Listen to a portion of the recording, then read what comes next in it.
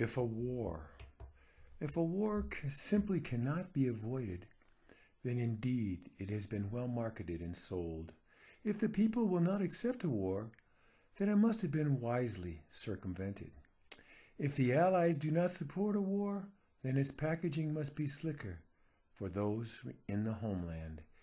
If the enemy continues its hostile non-aggression, preemptive defense airstrikes may just set things to right. If the causes of a war do not really affect the people's lives, doctored versions of the truth might just suffice. If the young rush like violent lemmings for a chance to kill and die, they are deemed valiant, patriotic, and wise before their time. If the youth should question decisions that risk their very lives, they are but callow and foolish cowards, lacking in maturity. If the war is conducted from the air and enemies die in these video games, the people will not escape crude violence in their very homes. If the country is in a time of only sluggish growth, history shows that wars breathe new life into business and commerce. If the government faces vexing issues on the domestic front, ginning up an external enemy might just freeze the opposition for a while. If a people get their news in sound bites mouthed cleverly by spin doctors, they can be spared the horrors being visited and the even worse pain of real thought. If a war can be packaged slickly by smooth spokesmen in the homeland, those in charge can conduct a clean and corporate campaign. If a war comes to pass and security becomes an issue, the people can be lied to and spied upon in secret without a second thought. If the war machine demands it, resources from all places, sacred and profane, must be laid down before it. If the soldiers come home crippled and unable to adjust, they may be warehoused and hidden until they are forgotten. If we attack a place a third of our people cannot find upon a map, then have we just perhaps grown lazy, careless, stupid, and quite foolish.